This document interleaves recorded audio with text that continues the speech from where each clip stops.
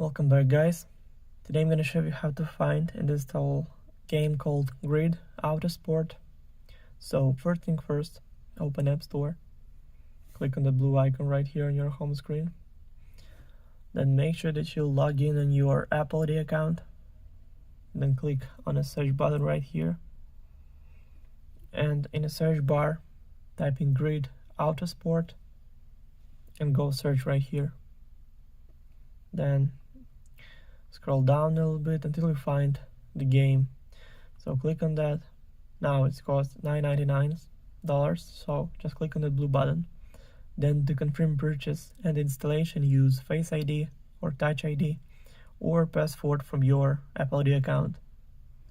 So now it's all done. The game is 4.06 gigabytes. Also, all links will be in the description of this video. Hope you guys enjoy. Thank you for watching. Please like and subscribe for more. Bye.